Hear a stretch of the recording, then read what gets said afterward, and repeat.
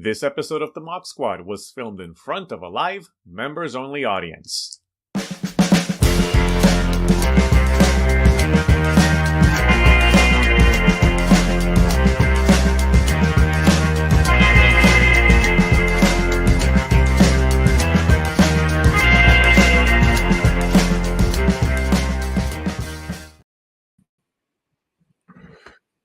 Greetings, imagination connoisseurs. Oh, sorry. What's going on? I forgot to shut down our music over here. There we go. Uh-oh. How's it going? I just, I never thought that I would have the movie Crimson Tide coming true on my 2023 bingo card, but here we are. Little ducks, there's trouble in Russia. I don't know. It's just I'm looking at this going, what clown car world do we live in? Tell me about it. We were just chatting about this, Rob. What's going on in Clownland or as we should maybe say, Russia right now? It's crazy how that's just in the last day, right? I mean, this is all in the last day. It's all crazy, and reading people's responses on Twitter is just endlessly amusing. Mm-hmm. Nobody really knows what's going on. I think that there is I haven't really looked, but there seems to be radio silence from our government. I know. Like where's the United States response to anything? I don't know if any of this is true. Mm-hmm. Is it people like, it's like wag the dog. Right. I'm like, okay, maybe.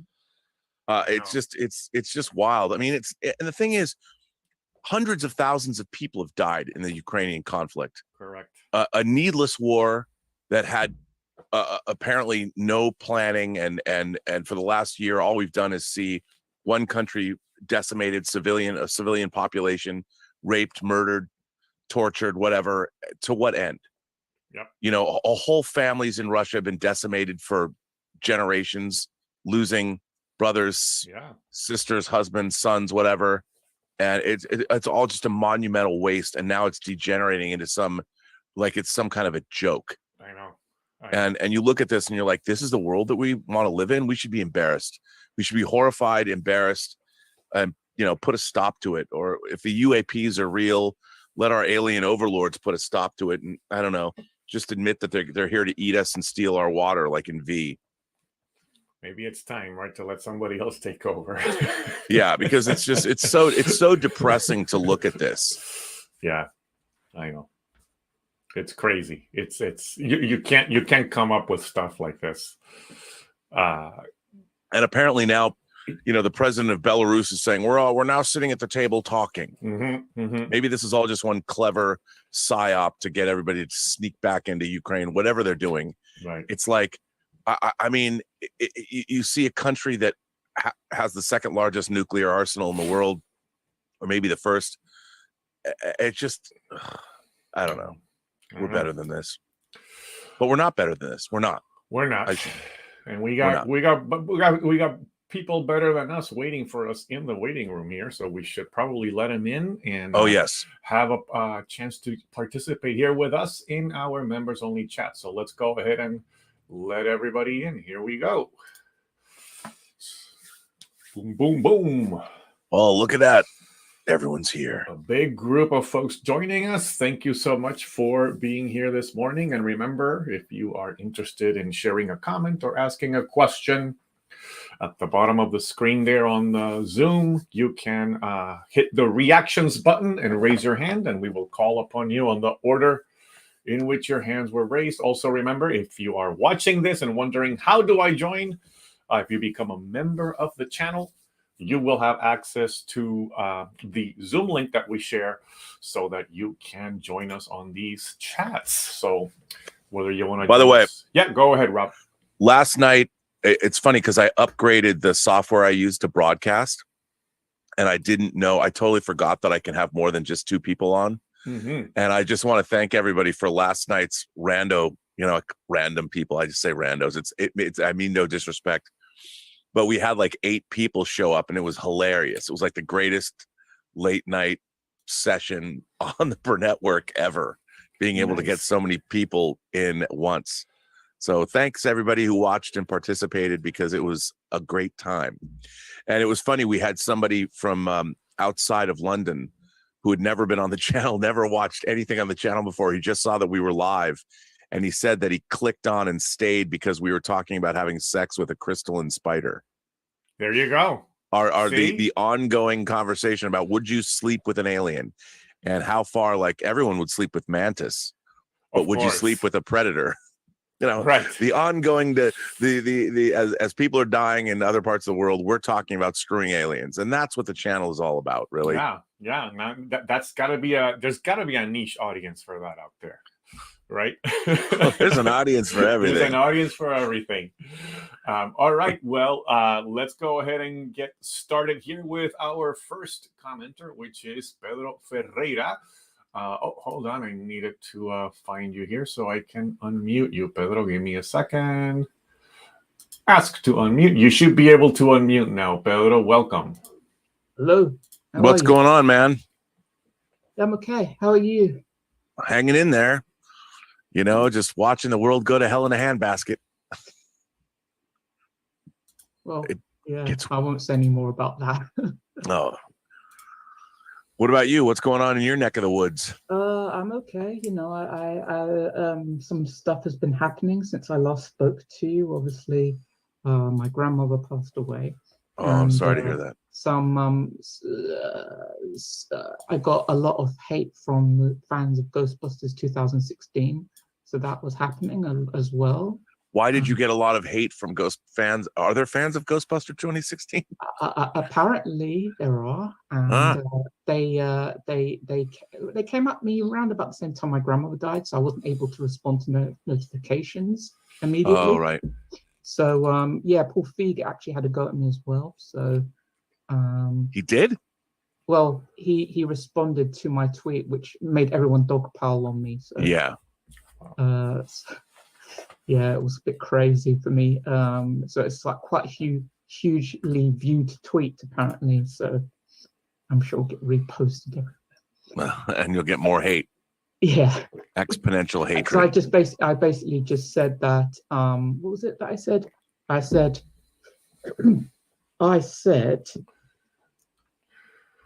I can't remember what I said. No, I said I didn't like it. I said I didn't have a go at the director and I didn't have a go at the fans. I said that can't be stressed how much damage the 2016 Ghostbusters movie did to the franchise. I also said that we waited years for a proper sequel and instead we got a virtue signaling parody. Well, I can see how that could, you know, the ire of some people could be thrown your way.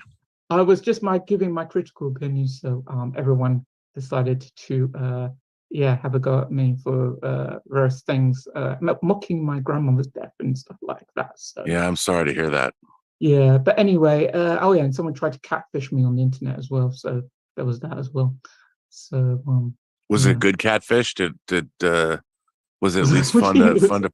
I mean, you know, there's good catfishing and bad catfishing.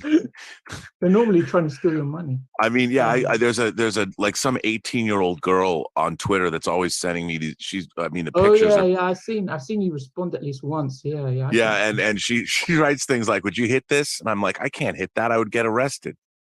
I'm sure it's some bot or something. The girl's pretty, but she's 18. Yeah. I'm like, come on, man. I'm your grandfather. I think, this person was trying to be someone else, trying to be some model porn actress. So. Oh yeah, well, this girl too. I mean, she lives within 5 miles of me, and I'm like, you know, okay, baby, I'll come on by. You're 18. You can I walk in the door, I get robbed and beaten. There's police there. It's just like, come on. Say you'll buy her an ice cream if she behaves. Well, I do say things like that. I'm like, but I get nothing. The thing that tells me it's all BS is because I get no response. She's got 1 follower, 2 followers. One of them's me. You know, and it's just. I've seen that person post, I think, in a couple of places, other people's places as well. Yeah. Yeah, I feel jealous. Anyway. I'm jealous when my 18-year-old chippy is posting on other people's Twitter feeds. I'm like, how dare you cheat on me? I know. I used to call them on Collider. I used to call them the Russian hotbots. But because I used to get a lot of them. Then they kind of went away, and now they come back. Yeah. The Russian, the fake Russian OnlyFans hotbots. I was going to say anyway, going on from something else. I got my RoboCop TV series Blu-ray set because they released it on Blu-ray. Wow. They released the TV series on Blu-ray in America a couple of months ago, and it didn't go down very well with you guys because the set was in forced widescreen. They forced widescreen into it. Oh, right, because it wasn't shot widescreen. It was 4:3. Supposed Yeah. to be 4:3, but they and not only that, but they didn't have the original elements, so they basically took like video masters and upscaled them with AI. But that's what everyone's doing now. Yeah, but what happened was, so the UK set was delayed because of that, because Screenbound Pictures did the remaster for this UK set. And they said, well, we'll fix these issues. We'll fix these issues. So I'm wondering, how are they going to fix some of this stuff? So to their credit, I just want to say, to their credit, it's in 4:3 now, as it should be. Okay, but they're still left with the problem, which is they don't have access to the original, the actual negatives. I don't know what's happened to the negatives. They seem to have disappeared. Well, there might not even be negatives. It might have been posted on videotape, so they only have like. It's weird because it's kind of a notable kind of TV show. It's kind of, you'd think they would keep the negatives to something like that, but what's happened is that, so from what I've seen, they've upscaled the footage, all the tape video, the masters or whatever, but they've tried to use AI and it's basically smudged the entire picture. Yeah. Well, and Not only that, but there's a pink filter to all the there's like a pink filter, so everything's really pink.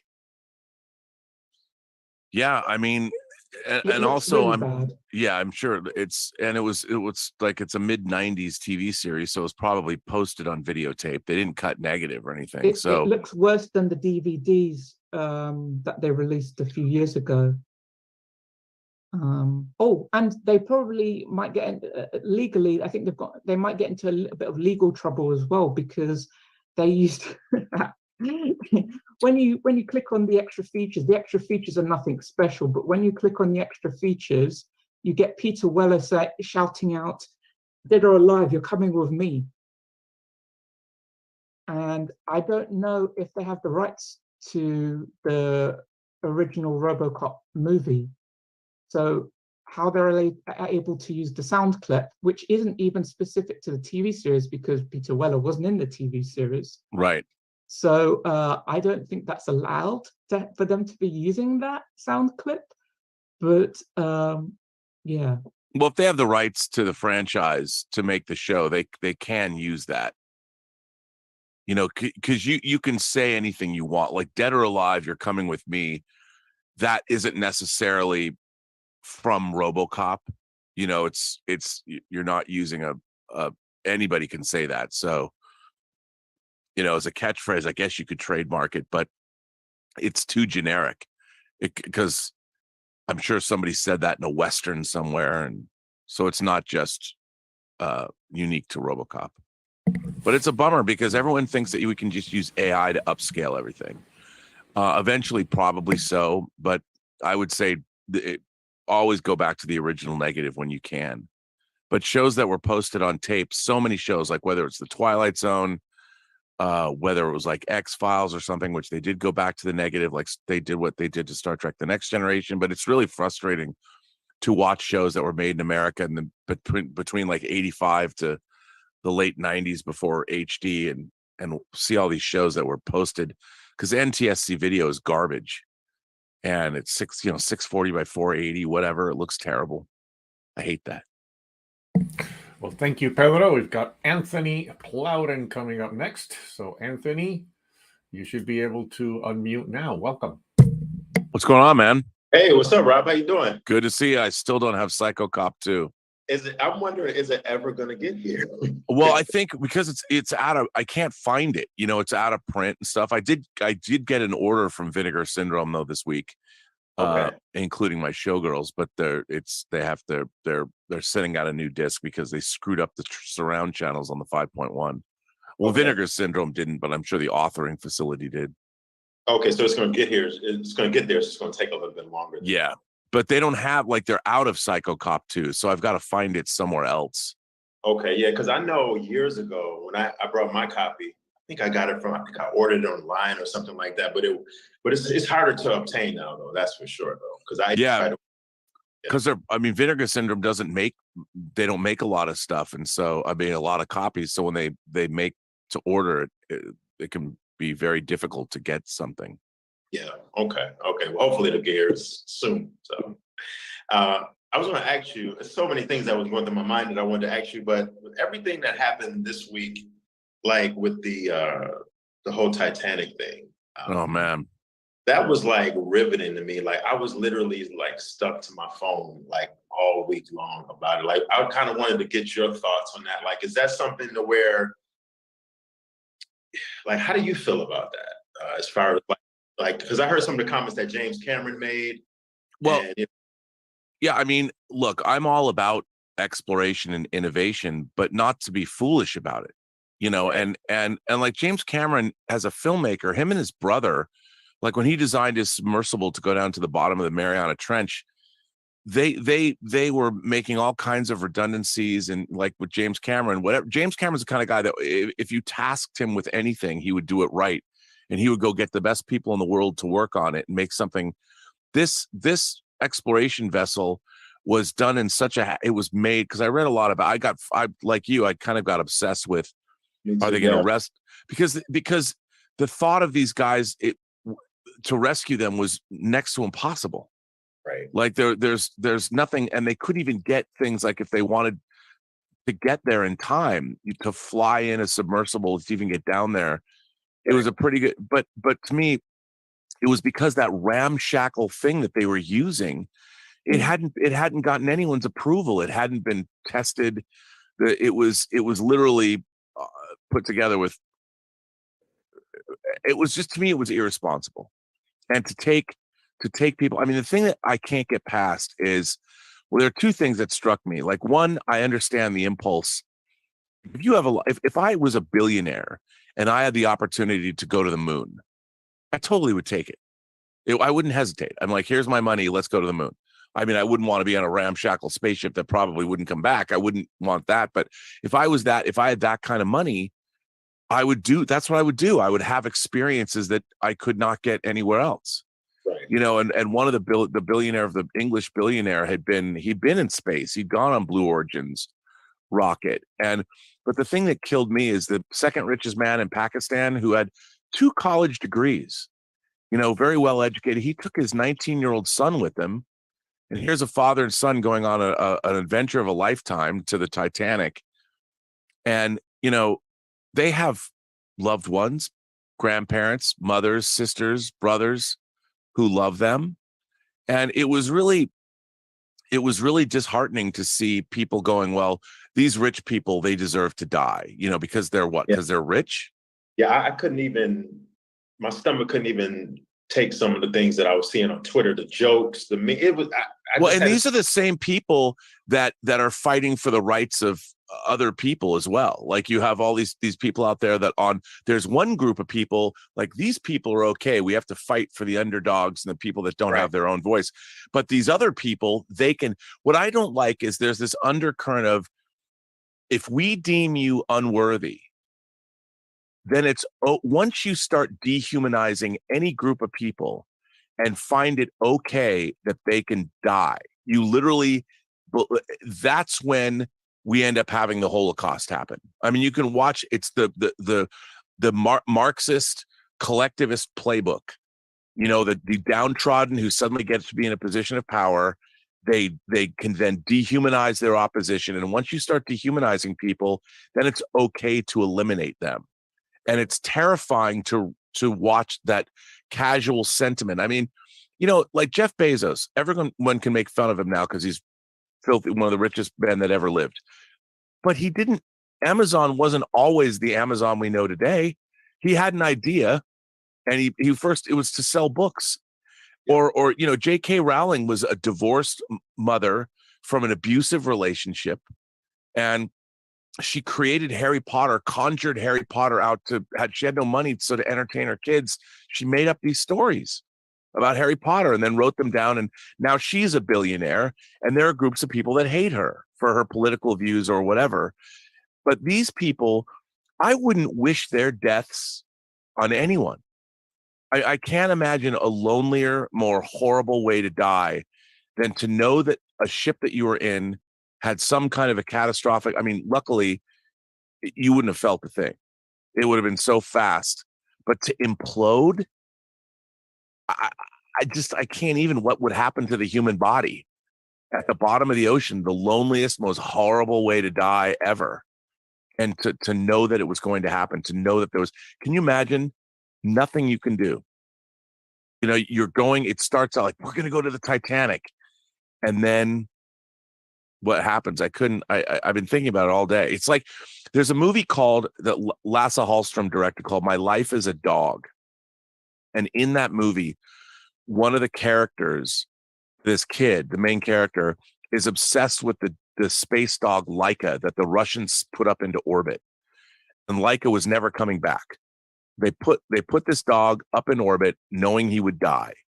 And they wanted to find out about him and what would happen, monitoring him and seeing what would occur. And this kid was obsessed with Laika the space dog and would relate his own life back. He's like, no matter what bad, whatever's happening to me in my life here, it's not as bad as what happened to Laika the space dog, who died alone in orbit, cold, by himself, starving. And this kid used Laika the space dog as, by the way, My Life as a Dog is a great movie. Use that as a litmus test about, is this really a bad thing? It's not as bad as what happened to Laika the space dog. And I kind of felt that way with knowing that there was this implosion. I just felt like, man, if you could rescue those men, and I'm sure that they have many people that love them that wish they were here today. They were here last week. Last Saturday, they were here talking about how excited they were to take this trip. Saying about it. Oh, here we go, honey. I'm going to see the Titanic. Mother and father and son taking a trip, a once in a lifetime trip together, and look at how it ends. I mean, I just wish if we're going to do this, that's why you have safety and redundancies and all that. And I just don't like to see people foolishly, Yeah, and there's something about the entrepreneurial spirit of the guy who started the company, who wanted to really innovate. So you always want to promote that spirit of innovation and whatnot. But in some cases, especially when you're putting, people's lives at risk. Cameron was interviewed and he was saying that some of the submersibles he's used were experimental, but he was going by himself. Like, he knew the risks and he was going by himself. You're not, claiming that you can take tourists down and make it a commercial venture. Right. And he did things like on his submersible, it was on the outside, it was written inside there are human remains. Oh, because really? if anyone found the submersible, so they would know that there was somebody on here who died. But Cameron's designing his own, even his brother, the diving masks they used when they were shooting The Abyss. Those were designed, his brother designed those who passed away, so you could see the actors' faces. So the actors could be seen, exactly. Yeah. And it just seemed it's a bummer. Yeah. I mean, it's sad. It's sad. All right, Doug Salier is up next. Doug, welcome. You should be able to unmute now. Hi, can you hear me? Yep, we can hear you. Okay. Hi, it's nice to talk to you again. It's been how's it going, man? Oh, pretty good. I got a few hot toys. That's the Sonar suit, Batman Forever. Very underrated movie, in my opinion. The figures are great. Those figures are great. Had to get Robin with it. Are you going to get the Jazz Inc. Batmobile for those figures? We'll see. Yeah, it's only $1,500. I know, but it's and, really cool. yeah, and yeah, so that's my little show and tell. Okay, well, let's see. I really liked the Flash movie. I did too. I thought it was fun. I had a heck of a time. My son has autism, and I can tell a movie that he really enjoys when he doesn't have to leave and pace around the theater and everything like that. And he stayed for the entire movie, and yeah, we all loved it. So I don't, I think it's suppressing. It's not doing well. Yeah, I mean, I think everybody, like, clearly Warner Brothers, they showed that movie to exhibitors 2 months ago. I saw it at CinemaCon. That kind of confidence, they had a lot of confidence in this movie. And when we all saw it at CinemaCon, I loved it. I thought it was so much fun, and I thoroughly enjoyed it, man. And the response to it, I'm a little perplexed, because people that I've talked to that I know, that I respect, they just didn't like it. They hated it. And I'm like, how can you? I mean, that movie to me was so entertaining. I was so entertained by it the whole time. I had a smile on my face the whole time.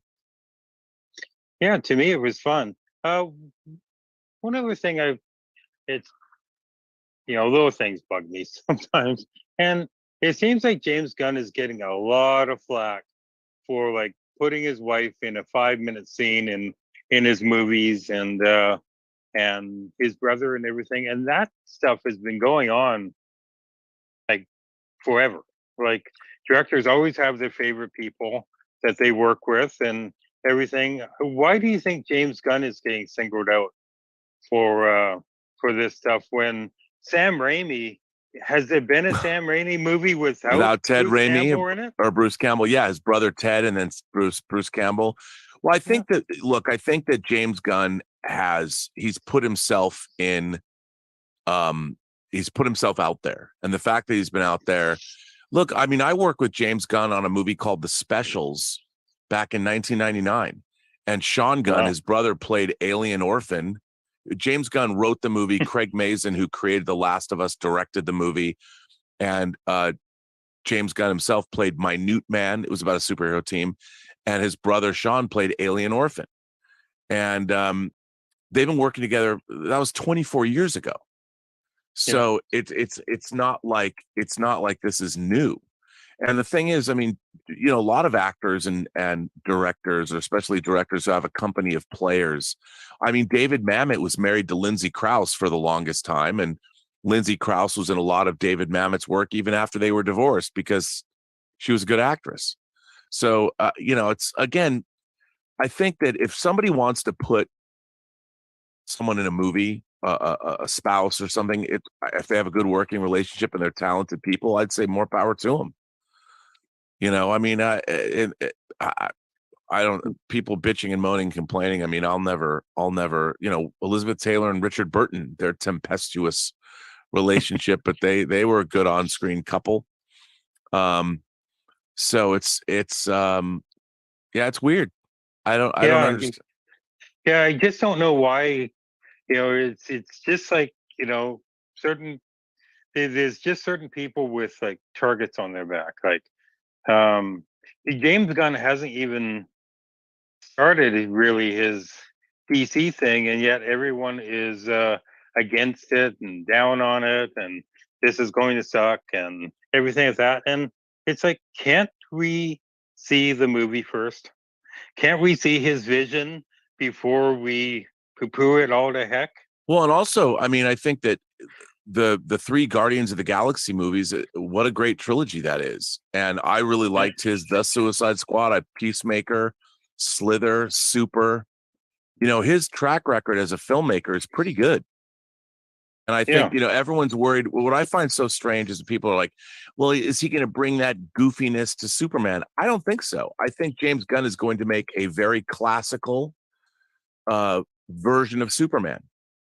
And I think that he's going to go back to the essence of the character, because that's what everybody wants. That's what he wants to do. So I trust him. A little goofiness. Heck, I'm I'm okay with it. I'm so tired of the evil Superman trope. No one's going to do it better, I think, than the boys anyway. And I want to see that heart. I want to see that Christopher Reeve heart. Yeah, I mean, that style. I would go back to the graphic novel of Superman for All Seasons, feeling of that, and I think James Gunn is going to bring that to us.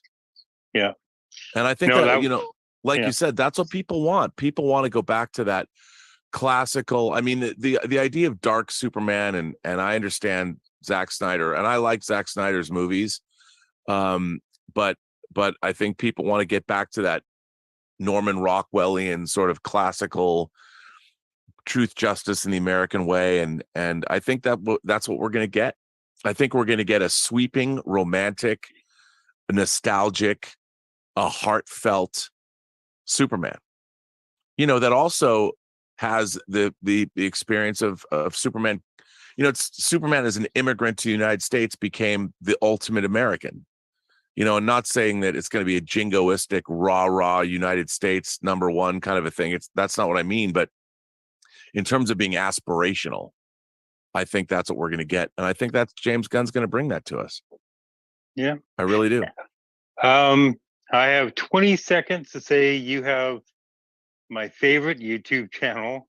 You're a great guy, and I just appreciate all the work you put into your channel and everything. You have a great day, Rob. Thanks, man. I appreciate it, and I'm glad you got those Batman Forever hot toys, because they are great. But good to see you, man. Yeah, good to see you, Doug. Thank you. Sorry, I've been having some trouble with my my cutaway here for the clock. So there we go. But hey, Rob, one thing about The Flash. James Gunn had promised that this would be the movie to reset the DCU. I don't think it delivered on that. I think it made it more confusing in the end. Yeah, I mean, I don't think that they're just going to restart the universe. Right. And I think also I'm kind of tired of all that. Here, as a comic book fan, as somebody who read comic books religiously for like 35 years, when a new writer would come on, yeah, there was continuity, but you understood that when a new writer came on, it was a new thing, new deal.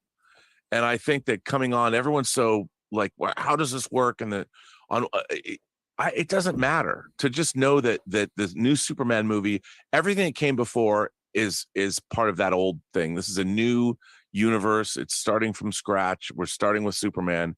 We're going to move from there, and we'll see how it goes. I mean, everyone wants to know. And by the way, we did that to ourselves. I mean, the expectation of having multiverses. I mean, when you're on TV, you're doing Crisis on Infinite Earths, and you bring Ezra Miller in to be with Grant Gustin in the scene, and there's an expectation that I think that the audience has been given by these people, and no one ever has a definitive answer. Yeah. And it's funny. I actually watched Shazam! Fury of the Gods again. It's on HBO, and I'm like, I like this movie.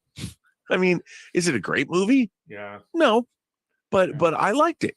I enjoyed it, and I had an opportunity to get a steelbook. So I got a steelbook this week. I'm like, and I think now I just want to see a movie that's good. I don't care whether it's connected to the larger universe. Just show me a movie, and I want to start taking things as they are. Yeah. And if they connect to a larger universe, great. If they don't, great. Just entertain me for 2 hours.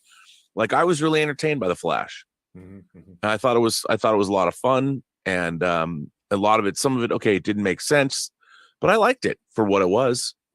And yet this backlash is strange to me. Yeah, no, I think it's been a disappointment across the board. The expectations were definitely very different from what we're seeing playing out in the box office. So, yeah, I mean, it's a complete bomb. It's a bomb. Yeah. And I'm perplexed by it because there's so much cool stuff in it, and I was wildly entertained. Yeah. Well, I don't think I liked it as much as you did. I think I found that it was okay. I guess my piece was I was hopeful that it would be kind of indicative of where things were going because of the way James Gunn had kind of set it up.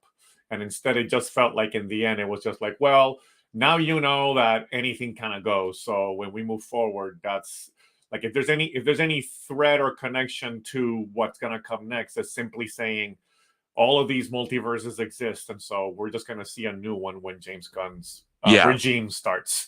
There wasn't any actual direct connection in the like for me, for example, that after credits scene with Aquaman, that would have been a great opportunity to have him show up and he's Lobo instead, or something like that, right? You know, I totally. You know, and plus that I mean, it seemed like such an afterthought because it didn't mean anything. It didn't mean anything. Yeah. Similar to as great as it was to see Keaton as Batman, ultimately it didn't mean anything for the greater, universe going forward or anything. So, all right. Anyway, Julian has been patiently waiting. Julian, welcome. How are you? What's up, dude? Not much. It's good to be back. I haven't been actually in the chat for quite a while. I know. Just you go out and do errands and get back late and all sorts of stuff. But I recently subscribed to Apple because I decided, well, I do want to watch For All Mankind, and so I want to get caught up on that. And, did you watch it? I haven't started yet. But what I did watch was Severance, which I really loved. Yeah, it's Severance great, right? Was great. Yes. It was one of those things where you're like, what the hell is going to happen? It was definitely it's like, got to get to the next episode because it's like, there was some good tension buildups and yeah, I really like that. When it gets to that end episode and you make the realization of, and I had already been wondering, they make it kind of obvious. You're wondering, is Hilly maybe he's involved with Hilly, and then they do the switch around and it's, it's Davis and you're like, oh, wow. Yeah. That whole thing. It's like, what is that company up to, for crying out loud? So I just like Andor season 2. I can't wait for Severance season 2. Looking forward to that. Yeah, I mean, when you think about genre programming, I mean, Severance is exactly the kind of thing. I mean, that's the kind of excellence that I want to see.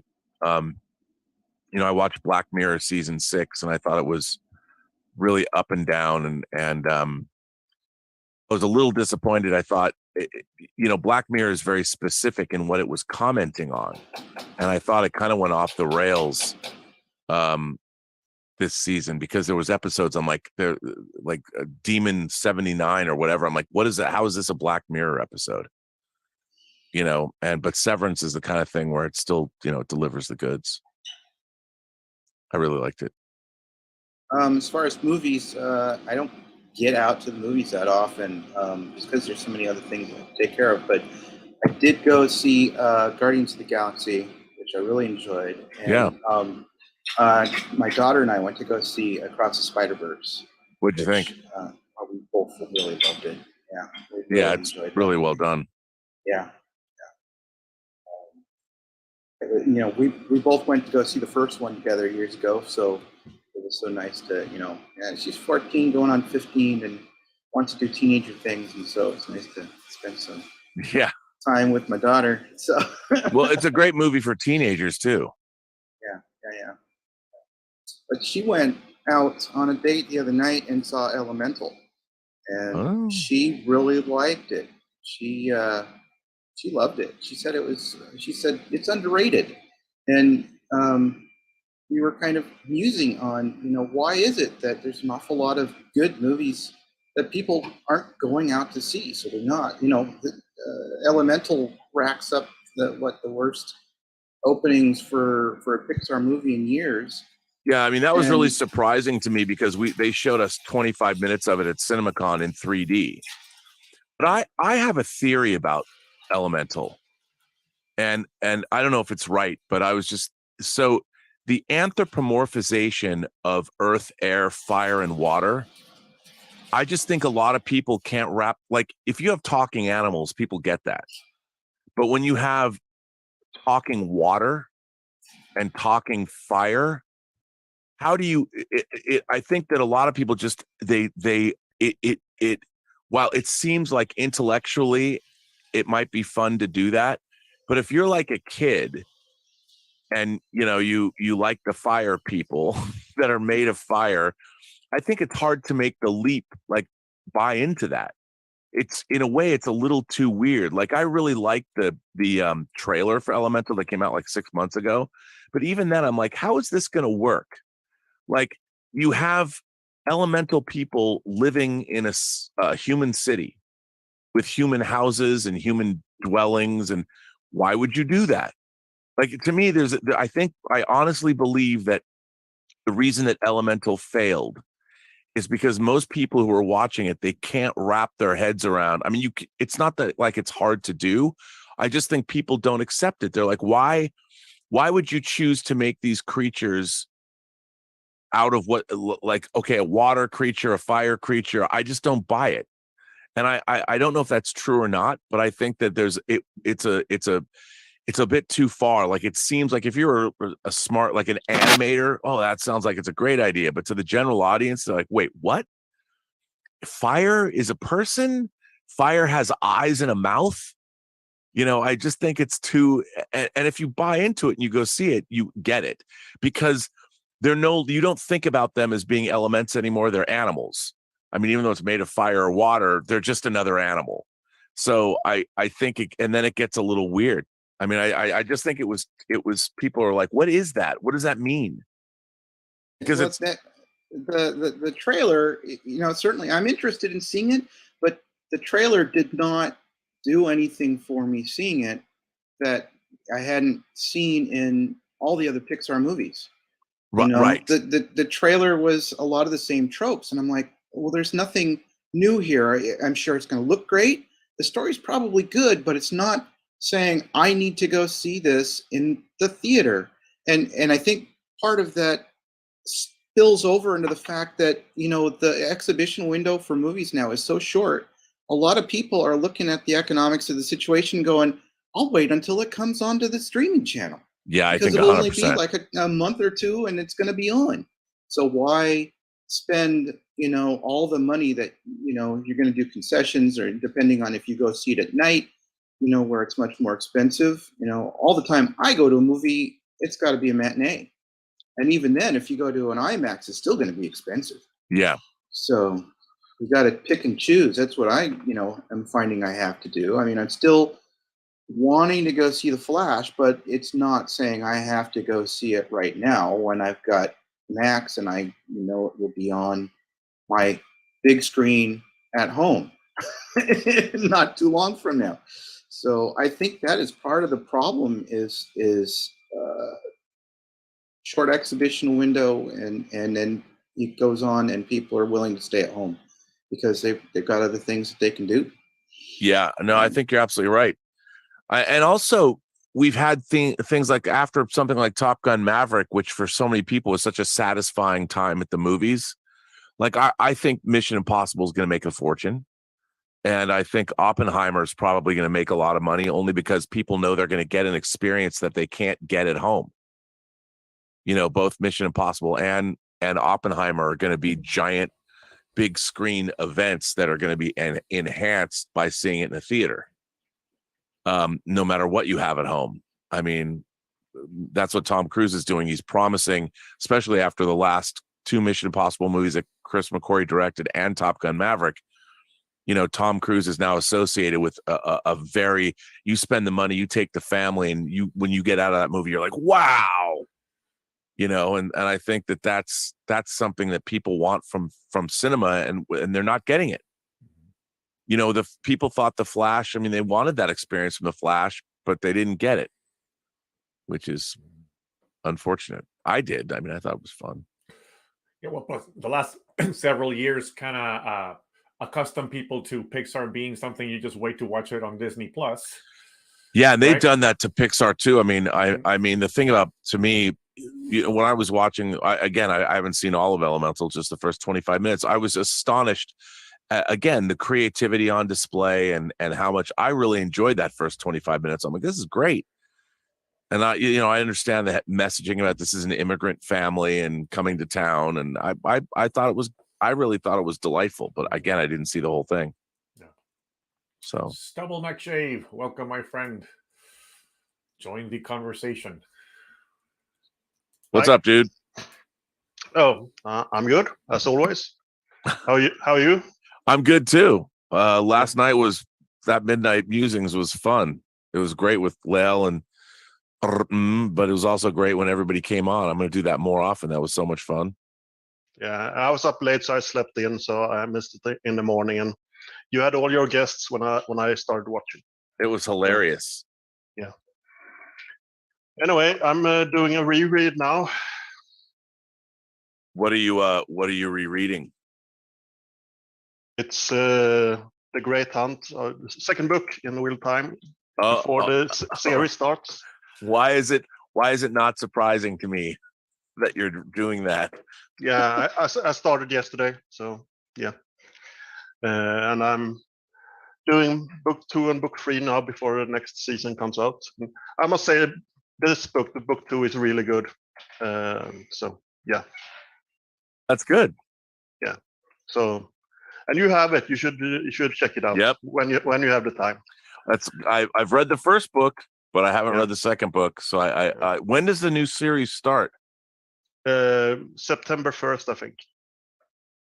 I definitely think that I should read it before that. Okay, so I got a little bit of time. Yeah.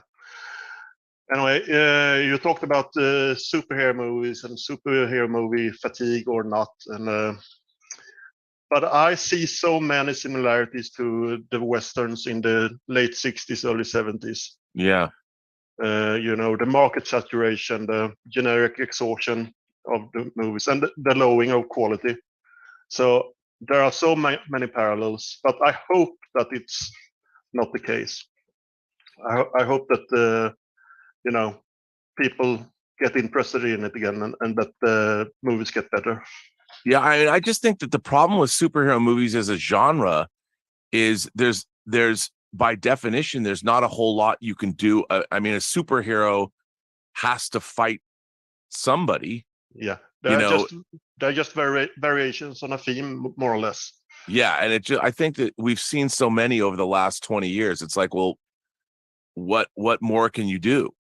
Yeah. And now even the multiverse, you have Flash coming out 2 weeks after Spider-Man, that came out in the same year as, well, not the same year, a year after Multiverse of Madness, and it just seems like it's all the same. It's not it's not varied enough. Yeah, and then I noticed at work, a couple of years ago, people talked about those movies. They were excited about them. I haven't heard anyone talk about any superhero movie in the last 2 or 3 years. There's just no interest, but in the general public. I would say if they do great, if James Gunn do a great Superman movie and a couple of great DC movies, maybe the audience will return. But I think they've lost 30%. 30% won't come back, even if they are great movies. Yeah, I don't think you're wrong. And I think we can get back to having great movies. Yeah. It's not like I just think that at some point people are going to want to see something new. Yeah. And the thing about superhero movies is we've got so many of them over, like I said, the Infinity Saga. The funny thing about the Infinity Saga is it went from being about individual superheroes to being a team. And the team was basically a group of warriors that were fighting an evil tyrant. Yeah. So by the time you get to Avengers, Infinity War, and Endgame, there are less superhero movies, and you're now transitioning over to like Star Wars. It's you're fighting an evil dictator and his minions who wants to change the universe. So that was really great. And now where Marvel is back to floundering. Yeah. And a big mistake they've done is that they've focused on the spectacle instead of the character. Because you mentioned the Hulk during during your musings, and his limitations is his character. That's what makes him interesting. If he doesn't have his limitations, that he can lose control, then he's not such an interesting character. He's just a mound of muscle. And Yes. what's interesting in that? You know, you want the character aspect, and the character aspects are connected to the limitation. The same for Superman. If you don't have Lois Lane there, then it's very hard to write a good Superman story that's engaging for the audience. You need, or Kryptonite. You know, Superman is very difficult to write because he is Superman, so he doesn't have so many limitations. But you know, his handicaps, his feelings for Lois Lane. That's what the enemies use. So I don't know. I hope they get it together, but I think they've lost a good chunk of the audience because there's too much saturation, too much general exhaustion on the whole concept. You know, the problem is also that all the IPs now are they are so focused on existing IPs, they don't make new IPs. No, and it's unfortunate. I mean, I think you know we because I read it and RM did a review, but you know the book Project Hail Mary. Yeah. When I was reading that book, the whole time I was reading, I'm thinking this is going to make a fantastic movie. Yeah, and it's a brand new story that but it's a classical story of two people, very different people, have to cooperate in order to survive. Yeah. And if it's done right, now we have the technology where that movie can be done correctly. That movie could be huge. Everyone, if it's done right, and whoever directs that film, I forget who's. Oh, it's Lord Miller is supposed to direct it.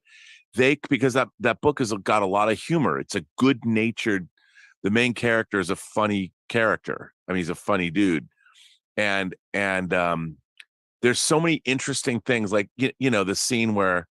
So this book, and it's about a human and an alien, a very alien that have to first figure out before they can help each other how to communicate. Yeah. And this creature basically communicates through a sing-song. Its language is like singing. Yeah. And our main character, and they have to. Roberto, give me a few more seconds before you cut me off.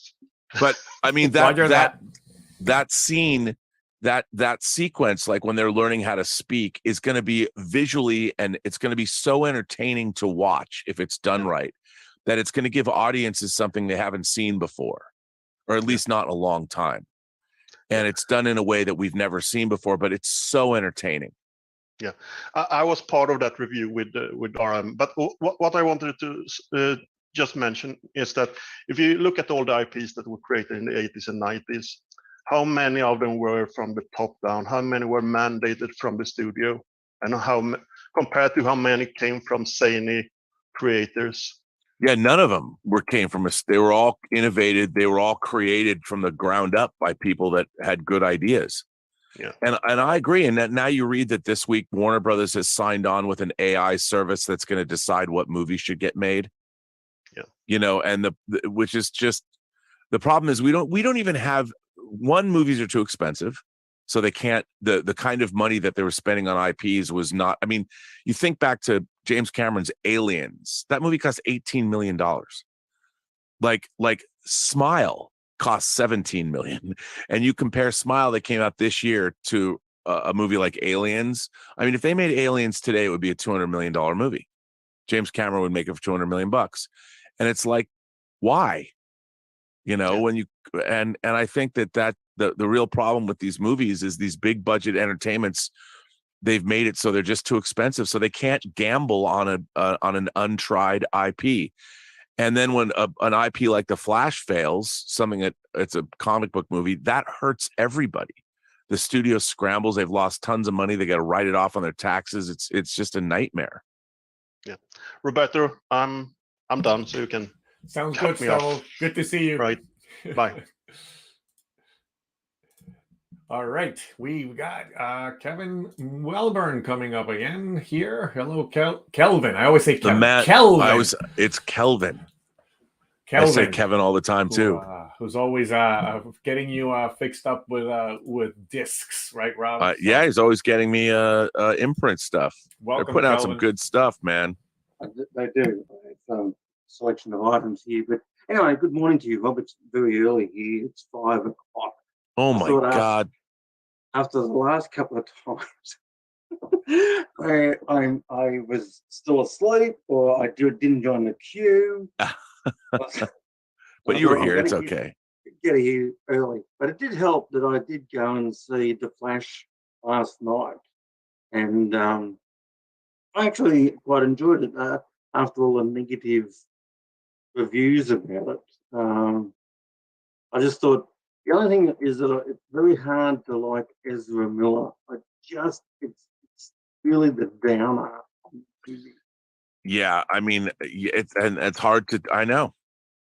Even though I really enjoyed the relationship that he had with himself in that movie, you know, I thought that really did show he could act, if you like.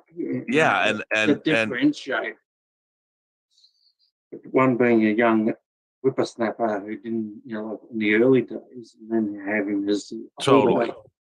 Like he's almost mentoring himself. It's true. Totally but, true. At least, I mean, the previous movie I went to see, which was a total disaster, was Renfield. I thought, God, that was awful. Yeah, I was really disappointed by that. I thought the only good bit was when they recreated the 1931 Dracula, but it still didn't even feel like a Browning's direction, it just was there. Yeah. No, I agree. And Aquafina, I don't know how she gets any jobs. This is the first time I've really seen her front and center. And I thought one note. Yeah, I mean, she has to be used correctly. Yes. If you've got to use that word, you've got a certain skill set as an actor, and you've got to be, that's your project. That's the way. Everyone just can't be Olivier or Brano or somebody, who can just mold, or, Jacoby or something, just mold yourself into a role or whatever. But speaking of what, I have been meaning to send this to you for the last couple of weeks, or last month actually, because we were discussing the San Diegos. Oh yeah, right. That's right. We were talking about that. This is part of the last order I got from Network. Well, their demise. Oh man, I can't believe, again, going out of business. I got so many good things from them. Not wrong with wanting to hear about. I think the whole problem, was like a lot of businesses, is that the person who starts the business, like in this case Tim Beddoes, I think it's his name, once they leave, the memento, whether it's a restaurant or a shop of some kind or a service, it never quite seems the same, and then that just goes. That's it. No one picks up the baton or something. Well, I mean, if it's somebody's dream, if they start a company and then they walk away, nobody can replace them, and nobody has the passion that the person who started the company has. And it's, I feel that way about Star Trek. Yes, most of our IPs seem to be run by people who don't have the passion of the originator. No, and it's I mean, if you can take over a franchise and make it work, people are making tons of money off it. You get to make the money, but what is ultimately becomes dissatisfying, and it's really interesting. Like I look at modern Doctor Who. Like when they brought Doctor Who back and Christopher Eccleston, like I know he probably didn't dig the character playing it or whatever, but you could tell from the first, and then when, Russell T Davies, when you finally brought on David Tennant, it's like, okay, these people love making Doctor Who. Like Russell T Davies. On all cylinders and everything. Yeah. And like when I'll tell you something, still to this day, I had never seen a regular episode of Torchwood, but the third season, people told me that you got to watch Torchwood Children of Earth. And when it came out on Blu-ray, I bought it. I've told people before, I was home and it was late at night and I put on the first episode at like 1 a.m.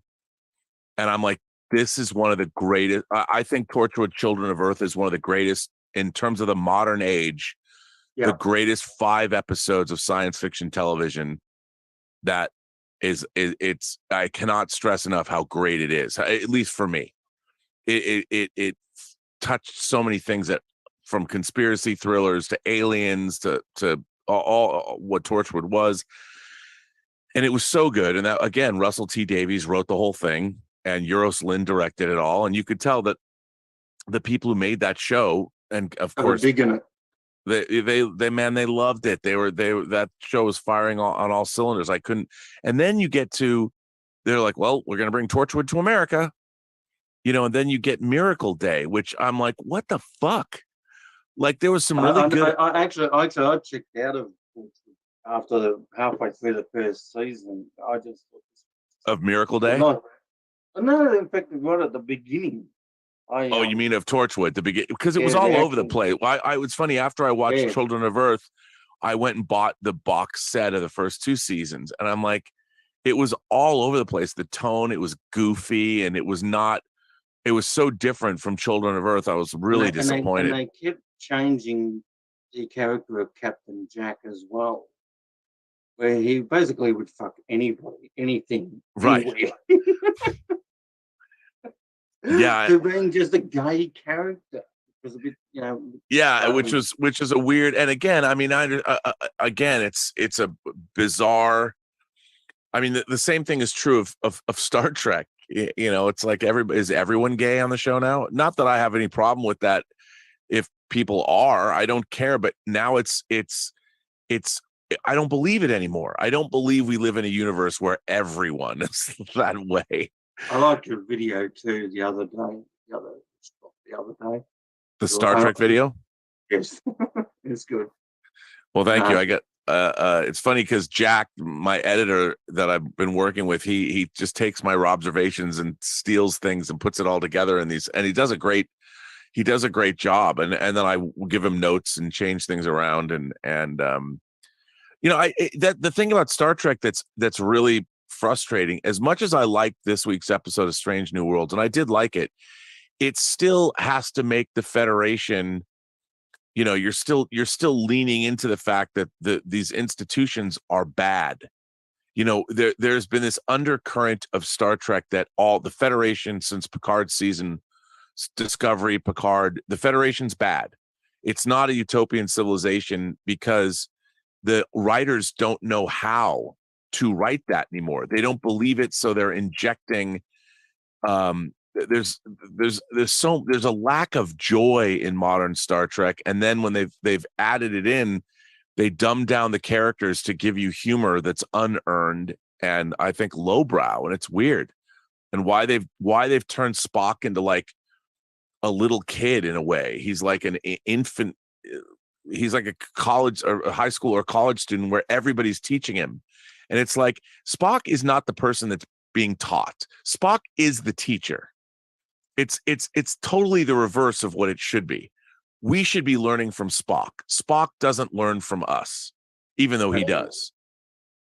I just have one last quick thing before I go is if you're interested in buying stuff from Umbrella Entertainment, there is a code courtesy of Heath at Serial at midnight. Serial 15 is the code. Get 15% off. Yeah, I want to go buy the 4K of The Last Wave. I've got the 4K of Razorback on order. Oh yeah. I don't own anything from them. And I really want to get I've had that on order for here, but I'm that's from Umbrella, that one. Yeah, I got to get that Last Wave 4K disc. Anyway, this is the Last Wave. Well, have a good Aboriginal dream time. Sorry, I'm having technical difficulties here. Here we go. I think Kelvin is off now. All right. So it's Roger. Roger is coming up next. Welcome, Roger. Hello, Rob. How are you Well, doing? I'm doing well. How are you, sir? Good to see you. All Good right. to I see really you. enjoyed your video there on the Star Trek. Is that kind of the new content type of thing you'll be doing? Well, yeah, I mean, I always wanted to do more of that. And now that I have somebody helping me do that, it's great. I mean, people seem to really, really like that video. And I'm glad people liked it and took it in. I worry that sometimes, when cutting to George Takei going, "You're a douchebag," when you're Well, like I always heard about J.J. Abrams not liking Star Trek, but I never actually seen that clip before. and it's maddening to watch. Like when he was promoting Star Trek 09 and you have him talk about how I didn't like Star Trek. I'm like, why did they hire you to direct the movie then? Like Mango, do you think that there's a video of Mango saying that? Well, Indiana Jones is really kind of a stupid character, but it's a job, so I'm doing it. Yeah, and that always sat, it just really bothered me. And all those clips, all the things that I say, because it's hard to explain to people. And I think Jack took it from Nitpicking Nerd when you juxtapose the scene with Barclay. How Picard's like, you have to find a way to work with the man. That's Star Trek. And then when you saw that short takes with the Tribble, when the female captain's like, we're done here. No, shut up. And I haven't watched that show, but that scene just looked awful. I mean, I have watched Picard season 1 here recently. Yeah. It's not terrible. There's some heavy-handed, the interview was just so stupid. No one would ever do that to like a veteran of of something like that. But there's some of the story things I like, but I do think I'm just going to go straight to season 3 from this point. Oh yeah. You can. Because I wanted to know a little bit more about some of the new characters, like the one girl that he took on the start. I can't remember her name, but I kind of liked her character. But you talked a little bit about this last night about the Warner Brothers selling off of all of their movie stock. So this is not like the stuff on Max. This is just like Turner classic movies. So what Warner Brothers wants to do is in order, there's a lot of people like a lot of musicians like Bruce Springsteen that are selling their entire music catalog for hundreds of millions of dollars to companies like Sony. So Sony will own the music. I don't know if they own the masters as well. They might own everything. But so these actors or the musicians can sell off their catalog for like $500 million.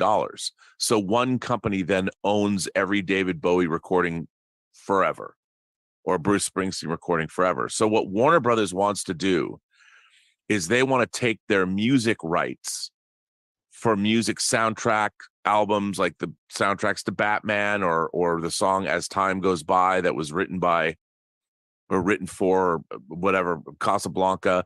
And they want to sell all of those rights off to another company because they need quick cash because they're $50 billion in debt.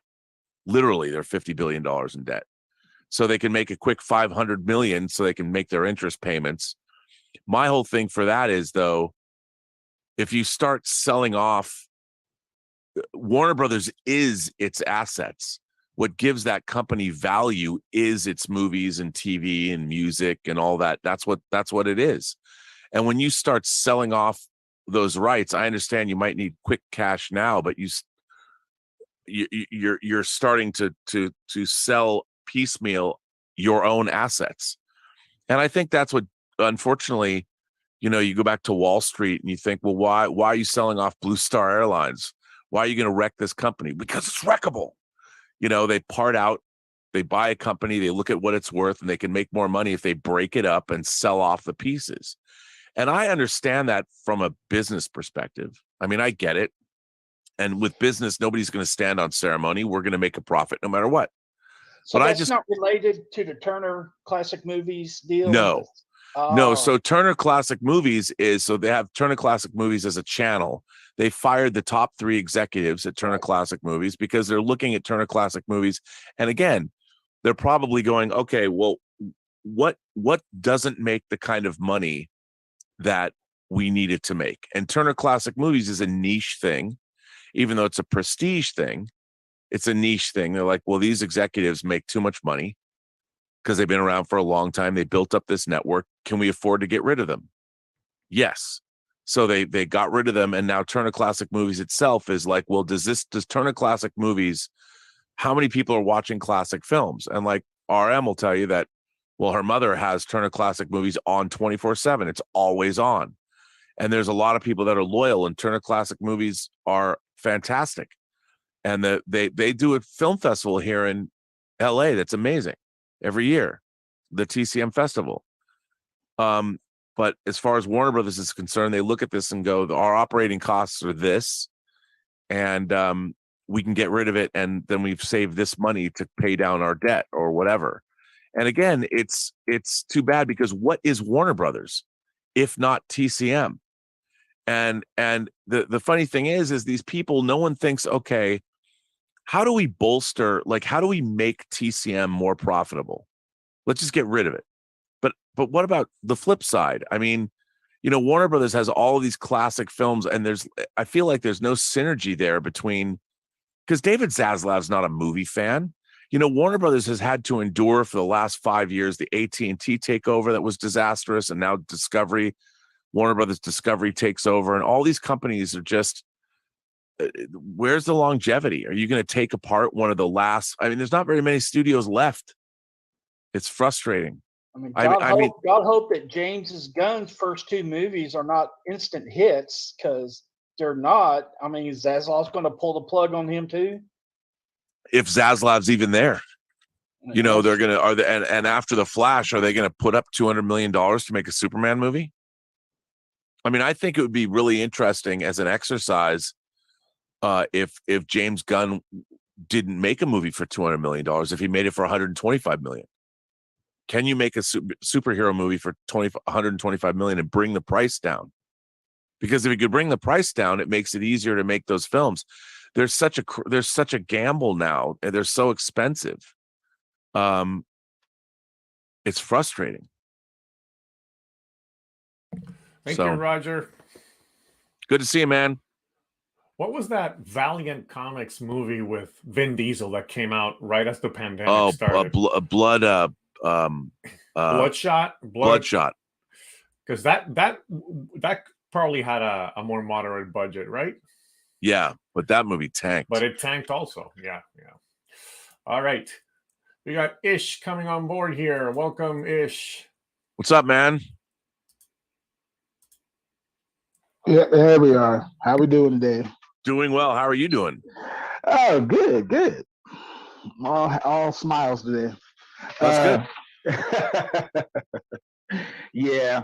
So we was talking. Me and my friends, some of my friends were talking the other day, and it came up on a conversation that had been brought up on John's show, and you've talked about before.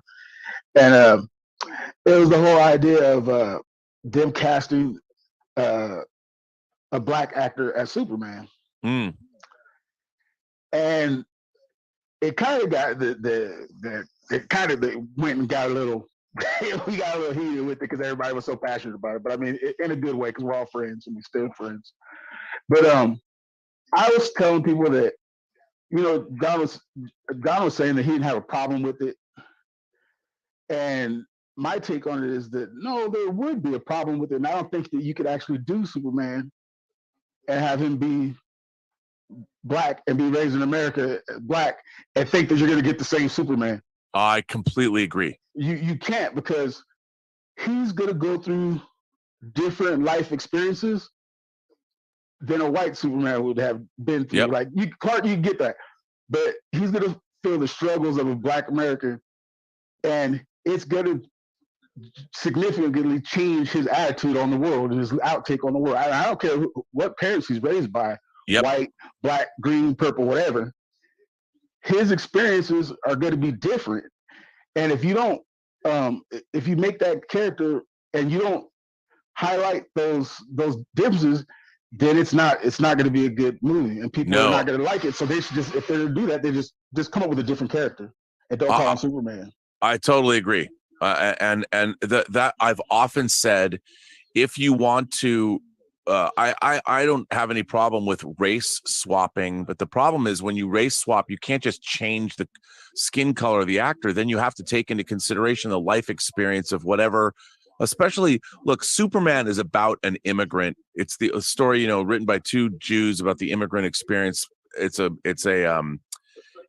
allegory. You know, they were put upon. Siegel and Schuster had to deal with, you know, people not fans of the Jews, and they dealt with that. So they came up with Superman. But if you did, to me, I think you could do a great Superman movie about a black Superman. But like you just said, you would have to show what a black man, even with superpowers from Krypton, has to go through in the United States. Yeah. And especially like if the character is if it's a period piece, like it would be really interesting to have made a period piece. Like how would Superman would Superman follow Martin Luther King or Malcolm X? You know, I mean, I think it would be really an interesting movie. Like what if Superman was the founder of the Black Panthers? Yeah. You know, if you and you know, with great power comes great responsibility. Could Superman be a character? So I'm hearing my own voice. I can hear somebody. We're getting feedback, but I'd be curious to see how that would work. Yeah, that's, you know, that was my whole argument. And my friends were like, "No, you can do it." I'm like, dude, first off, let me just tell you, because I hate to say this sometimes, but it's like, you're not black, so you haven't experienced what black people's experience. So that right there is, you're coming from an angle you can't see that. I go, but I am black and I have experienced it, and it's different. I try not to let it dictate how I operate or how I do things, but it does. You do see things differently, and people, a lot of people don't understand that. It's just a different situation than growing up. No, absolutely, 100%, especially in this country. I mean, you know, like if you made Superman like he grew up in Congo, you know, and you had somebody who actually Superman crashed in somewhere in Africa and was raised by black parents in Africa, you know, and not in Wakanda. But I mean, what would a Kryptonian be like who grew up in a war-torn area like Congo, or, you know, grew up? What would that character be like? And I think that, unfortunately, you know, I have no problem, again, as I said, but changing the color of a character's skin. But that's the problem. It's not superficial. You know, especially in the United States, we're a deeply racist country. We've always been a deeply racist country. Racism hasn't gone away. I don't have to tell you that. Yeah. And so you can't pretend that racism doesn't exist. And when you have the most powerful humanoid on Earth as a black man in America, with our legacy of chattel slavery and what went on even with Emmett Till, and we just the anniversary of Emmett Till's death just passed. I mean, how does Superman, and how is a Superman going to be? And, you know, they touched on this in Falcon and Winter Soldier, where Sam Wilson, you know, when he's talking to Isaiah, and Isaiah's like, they'll never accept you as Captain America. And Sam Wilson's like, but I have to try, you know, and could that happen? And you'd have to incorporate that into a black Superman story. Yeah. But then is that a Superman? Is that the kind of story people want to see? Like, look, I'd love to see Michael B. Anderson as like Val Zod or something, you know, and make it a new character. Yeah, that's what I'm saying. You just gotta be new with it. You can't do that to certain characters. It's just like, you just can't, because without it seriously changing that character. Right, exactly. And unless you're going to take into account all the other things that come along with that.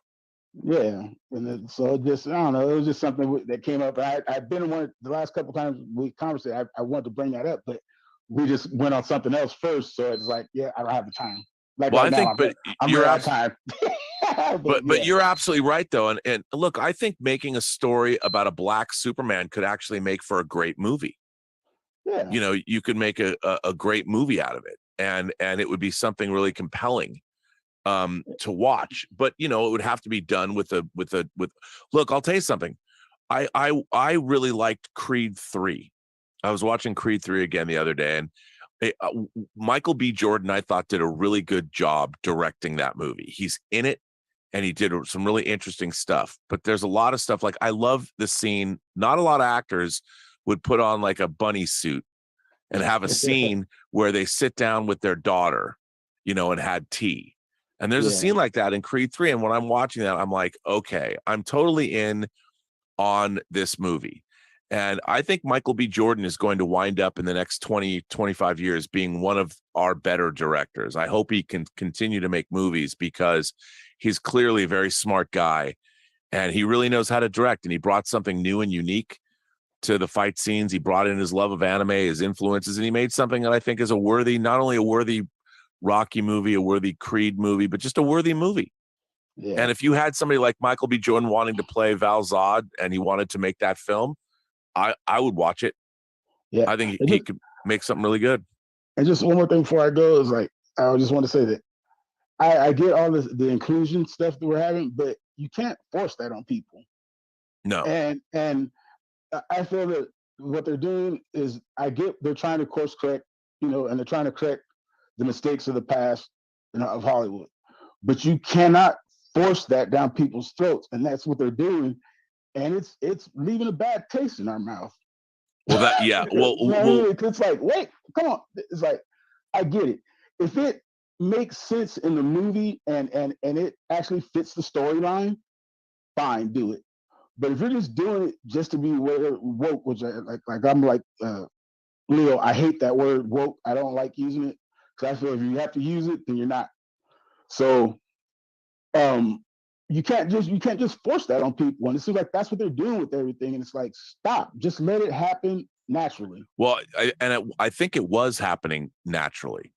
I honestly think that we were on a progressive course that the natural evolution of us as humanity is that we genuinely want people to have a voice. We genuinely want people to progress. You saw things like gay marriage taking hold in a natural progression. But nowadays, like you were just saying, Ish, that it's being forced down people's throats, and this evolution is now being, the normal process of social evolution was occurring it was fine. But then it was derailed by an agenda.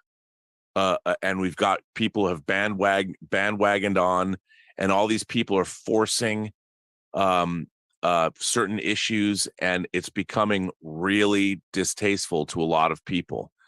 And it isn't good. It isn't good for the very causes that people are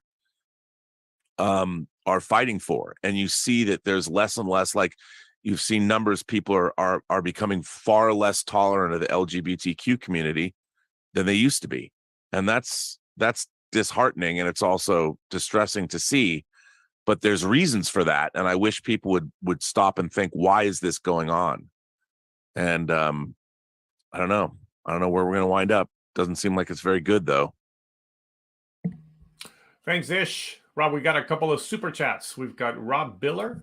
He drops a $4.99 super chat and just says, thank you for doing these streams. Your respect for the members means a lot. It's one of the many reasons you are respected so much in this community. Oh, that's very nice of you to say. I mean, you know, what's funny about this membership thing is like, we're all like friends, right? Like anybody that's here, like we've been meeting now for years. I know some people whose son went off and became a Black Hawk pilot, but where has he been? He hasn't been here in a while. Right. I was worried when people like Fernando, but everybody that's here in the chat right now, or Kelvin, you know, we know each other now. Right. We're all like friends. People have been coming to this channel for years, and it's kind of like, I think that starting with the pandemic, there's a lot of the YouTube channels that people have gone to. We've all developed extended friendships, like, you know, Gary Beekler, Nerdrotic. Going to his meetup, you know, and meeting all the people there. It was such a really warm, nice experience, and people from all over the world. And, you know, some people I understand you might not like his approach to certain things, but going to those events, there's a community that didn't exist before. And he's done a lot of these meetups, and the meetups are, he buys everybody a taco and a drink when you go to his meetups. I mean, who does that? Yeah. I'd love to have that kind of money to do that and have meetups and be like, I'm buying the bar for everybody. I mean, that would be the best thing ever. And I think that's what this channel is. That's kind of what I thought about it. You know, that was my whole, when John Schnepp was on, now you should start a YouTube channel. And Elizabeth's like, yes, you should. And she bought me this microphone. I'm like, I don't know what it's going to be. But then I'm like, you know, it's got to be a 24-hour science fiction convention. That's the point. You know, you're, you know, we're going to a panel discussion. Right. That's what I want to do. It all started with that first birthday get together. Remember, we had the person in the ferry showing the. Oh yeah, where's our captain? Remember our captain with the ferry, and we did the whole birthday get together. That was a lot of fun. Yeah, that was right in the smack in the middle of the pandemic. So yeah, I mean, he's great. Yeah, and then we've got Bert, who says to Rob and to Ish, Mark Waid and J.G. Jones's Strange Fruit explores a black superhero landing in Mississippi during the height of Jim Crow in the 1920s. Yeah, I mean, that'd be amazing to do. Mm-hmm. You know, and what's interesting is we saw, like in Picard season 2, you had the Guinan character, you know, and they tried to turn Guinan into a mouthpiece for oppression. Mm-hmm. But the thing about Guinan is she's not of Earth. You know, she's an alien, and so it was such a weird. They turned her into a mouthpiece for speaking, and which is fine. It's a very Star Trek thing to do, but she's not black. She's an Elurian, so not Elurian like Rebecca Romaine is, but an Elurian. Right. They all sound the same, I guess, all his people, but it's just weird that's what they always do. But I would love that. I would watch that. I'd watch the hell out of that movie. Right. An alien, somebody who's looked like a black humanoid going into the Mississippi in the 1920s during the Jim Crow South. There's a movie to watch. Right. All right. I'd love to see that. Mattuine is coming up next. Welcome, Mattuine. You should be able to unmute now. Hey, Rob, how's it going? What's going on, dude? How are you? Not much, just staying cool over here in Tennessee. Nice. I love Tennessee. Yeah, if you can stand the humidity in the summertime, it's beautiful. Yeah, I was not there in the summer, but I loved it. Come around November, late October, November. Yeah, that's the best time to come. Football's going on. The leaves are changing. It's cooling off. Yeah, it's beautiful. The countryside's beautiful. Especially, I was outside of, like, 45 minutes outside of Nashville, and it was just the countryside and the houses and everything was beautiful. Hey, let's tie a couple topics together. Let's tie in the Turner classic movies and classic movies in general with what Stubble brought up earlier about superhero fatigue. Do the names Terrence Hill and Bud Spencer ring a bell? Terrence Hill does. Yeah. Where do you know him from? Why am I think Italian actor. Yeah, no, I know. And I'm bumping on it, but I don't. There's something specific and it's just on the tip of my tongue. I don't know what it is. Do you remember Super Fuzz? Yes. From like 1980 or so, where, you know, corny movie where he gets nuclear superpowers, but the color red. Every time he sees red, he loses them. It's kind of a goofy comedy. But yes. And Terrence Hill was born an Italian. Yep.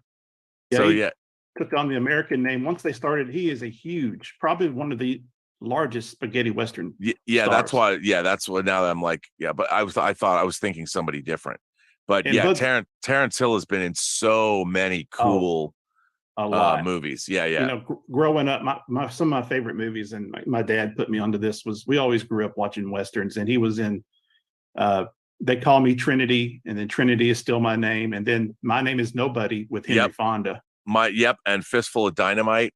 Fistful of Dynamite. And then he did a lot. Of course, Bud Spencer was always like his brother in those. They're like the fast, one was left-handed, like the left hand of the devil. One was the right. They're very fast. That's funny because I was thinking, now that I'm looking at this, I'm like, I loved Trinity, that whole thing, and he was in a Django movie. Yep, he did Django. I mean, and of course, Bud Spencer and he did. They didn't just do those buddy movies. They did buddy movies like All the Way Boys, right, and a lot of other ones. And they had some good crossover into America. Some back in the this is spanning from the '60s through early '80s. Yep. And I think Terrence Hill was even active in a another drama in Italy now. He's in his early '80s. So, but the thing is, think about how. Talking about superhero fatigue, I think we've got buddy movie fatigue. That and the Westerns was really a big one, where after the 70s, early 80s, Westerns really started to go away. And you go back to Bing Crosby and Bob Hope, the Road 2 movies that they did. They did 7 or 8 of those, and then Bing Crosby probably did some with Bob Hope as well. Those type of movies aren't around anymore, and I think it's just a cyclical thing that where people do get saturated and new things come along, new genres come along. And it's funny because Terrence Hill, Don Mateo, he's been playing a crime-solving priest since 2000, and he's done 260 episodes. Yeah, he is as beloved there as I don't know who you could compare him to, like an equivalent like TV or stage presence over here, but. I've always just loved his. He has good comedic timing. He can be dramatic when he needs to. I've just loved those movies. They're mindless westerns. Sort of not mocking, but imitating the Clint Eastwood type tropes. But I've always loved those.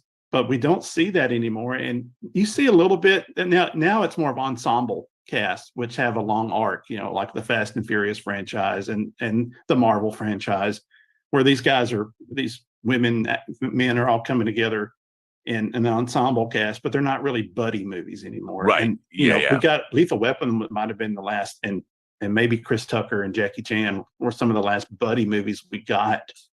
And since then, we've kind of gotten away from that, it seems. Yeah, no, 100%. And again, it's cyclical. It's cyclical in all these things. I mean, in the early 80s, that buddy cop trope, whether it was 48 Hours or Midnight Run or take your pick, and then of course even all the way up to like the Rush Hour movies, and we don't see that dynamic anymore. Lethal Weapon, where's that dynamic gone? Yeah, I mean, what's interesting is I would have thought, like, why wouldn't you make a buddy cop superhero movie? They always talked about making the Blue and the Gold, Booster Gold and Blue Beetle teaming up or something. And I'm surprised that they never did that. Like they never made a Green Lantern, Green Arrow movie, because they hit the road in the 70s. But I don't think anybody sees the mixing of genres. They couldn't see that, and you could probably you could probably revive the superhero genre with a great buddy cop superhero series. Yeah, the closest we've come to are a lot of the comedies like Judd Apatow did. He used a lot of the same actors, and they work great together. Seth Rogen and all of them. So I wish we could get back to that a little bit, find a way to cross over, and maybe they will do a Booster Gold. Something that I just don't know if there's room for it anymore. Things change, and I think since pandemic, a lot of people have other options for streaming. Of course, budget is a concern with where they spend their dollars. Now their kids can be back out playing sports. They didn't have that for a couple of years. Right. Everything costs more money, and they can be more patient and watch it online. Well, and I also think that, like, you look at something like this week, they dropped that new trailer for The Boys season 4, where Homelander's looking into the mirror, kind of doing the "you talking to me" riff from Taxi Driver. And I think once you have a show like The Boys, it's hard to go back and watch regular superhero movies, because you're waiting for that edge, that bite that's never going to come, because they're never going to do that. They're never going to go that far in a superhero movie like the Flash. You're never going to get the boys sensibility. And once you have something that gives you the boys sensibility, it's harder to go back to the squeaky clean superhero movies of Marvel and DC.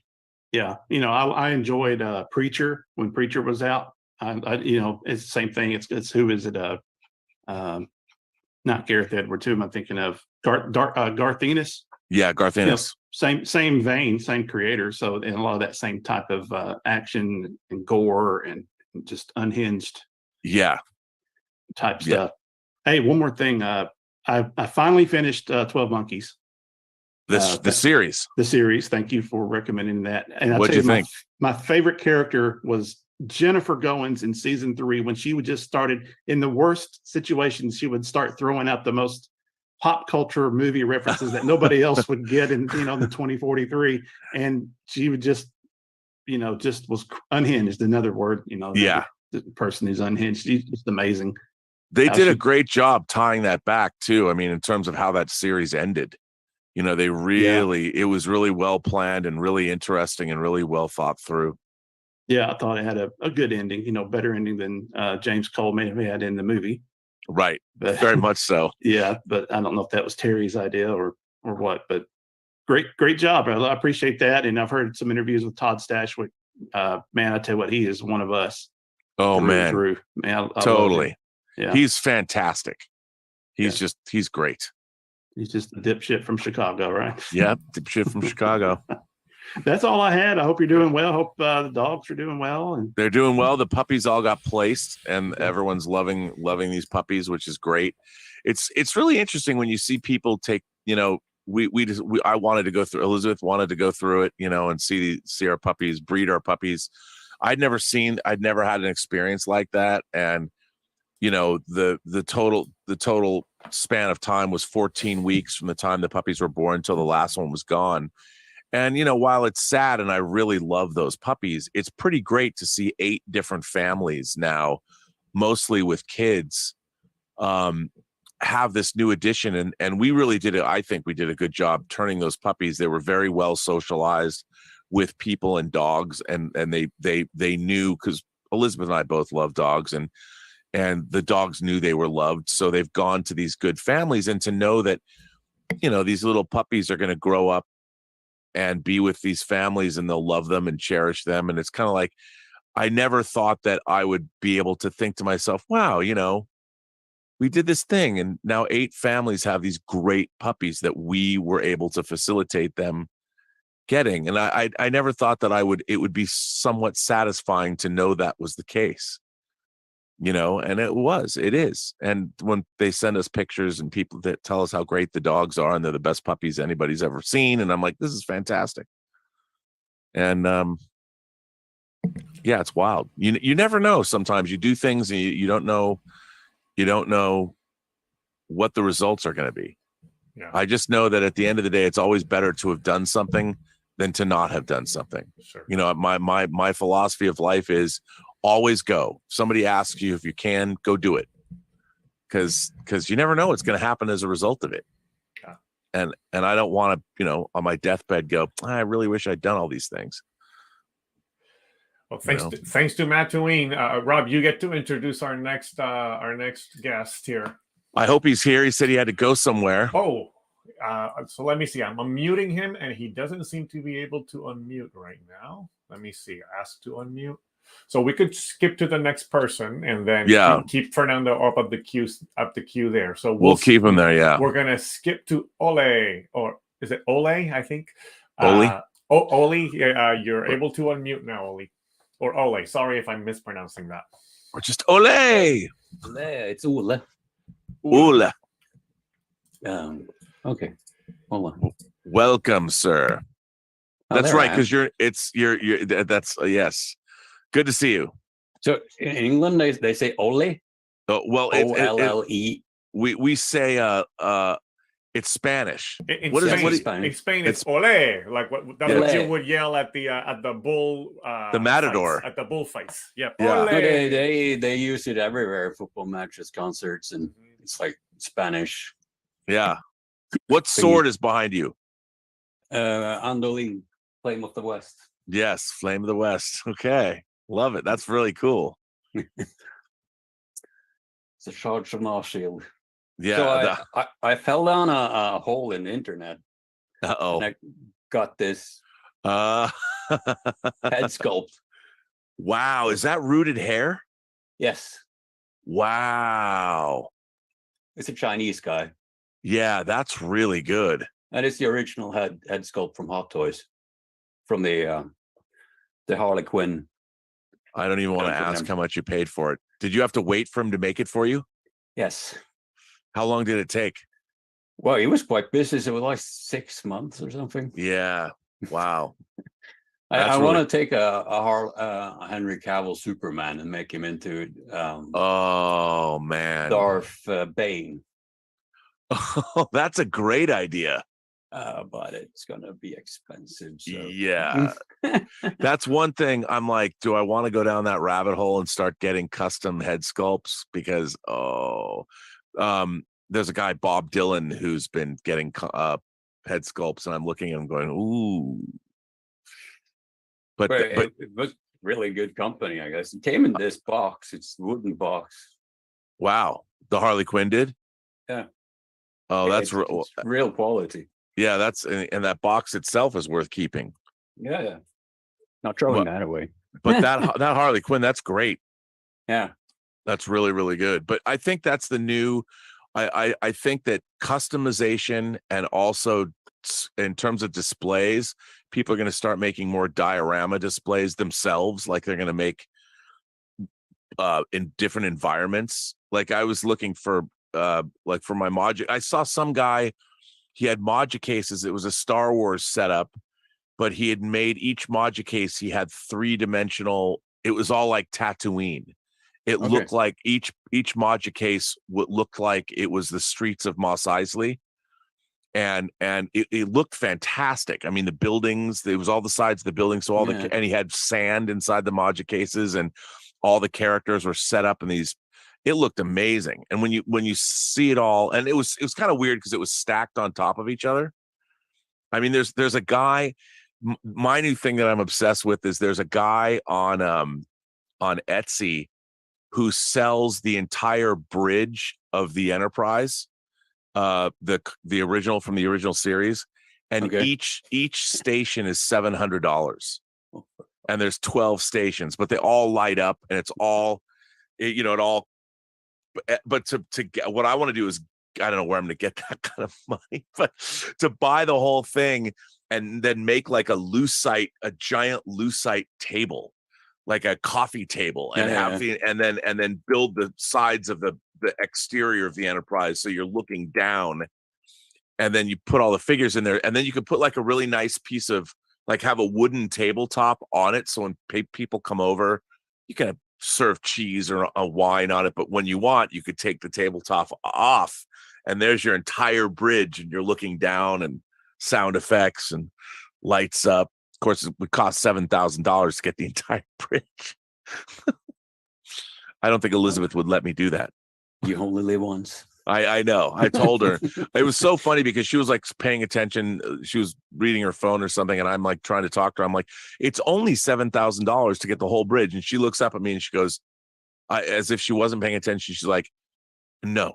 And then she just put her head down and went back to doing what she was doing. Now I can't even sneak it in. No, but I'm going to do it. I swear to God. I ordered the same guy makes a throne for Q from Next Generation, and the Judge Q and Exo 6 made, and so I did order that, and when I see it, when I get it, if I like it, if the quality is there, I'm gonna be like, maybe I'll try one of those bridge pieces, maybe the navigation console, because I could put it with my captain's chair from QMX or something. But yeah, the customization thing, man, when you find there's art, these guys are artists. They're incredible. Oh yeah, they're incredible. They make head sculpts, and they're amazing. Yeah. Where do you go to other various sites? Like, where do you go to find the head sculpts? Well, that was Good Luck Studios. I just randomly found it. And do they have a website? I don't know. I was on Facebook. See if they have it. This is the great thing about the internet. See, this is every time somebody tells me, like you just said, I'm like, uh-oh. Uh-oh. Good Luck Studios, Vancouver, custom printing. Oh no, they're in Hong Kong, I think. Yeah, it's like you look at all these different. This is good. I can find the link and send to Roberto. Send it to me. There's a London company. There's Good Luck. That's really interesting. But yeah, because I would love to see that. He's done a bunch of Harlequins. Oh man. Count me in. But yeah, I mean, it's great stuff. What would you have a dream figure? Like Henry Cavill is what you said, Darth Bane? Is that what you said? If you could, other than that, like if you could get any figure you wanted that you couldn't, like an ultimate custom figure, what would be the figure you'd want? I really don't know. You don't have like a grail piece. No, I think that maybe Darth Sana was what she was Darth Bane's apprentice. Right. Well, that'd be good. Somebody's got to make that. Yeah. They should make the movies. The books are great. Yeah. I've always wanted to get a great from the movie Logan's Run to get Logan and Jessica. And I've often thought that somebody would, but nobody's ever, like, I don't know why anybody would get the rights to that. Nobody would buy those figures. I'd be the only one. Me and like 6 other people. Yeah. But yeah, I mean, Star Wars would always have, those would be cool figures to get if they started doing a whole series of EU figures. Yeah. Why not? Because like Sideshow made a Darth Malgus, I think it wasn't bad. I have that figure. I see my time is up, so I'm just going to have to say goodbye. Well, it was great to see that figure, man. Have you ordered any other custom figures you're waiting to get head sculpts on? No? Well, keep us apprised. I want to see more. It was awesome. Thank you, Ule.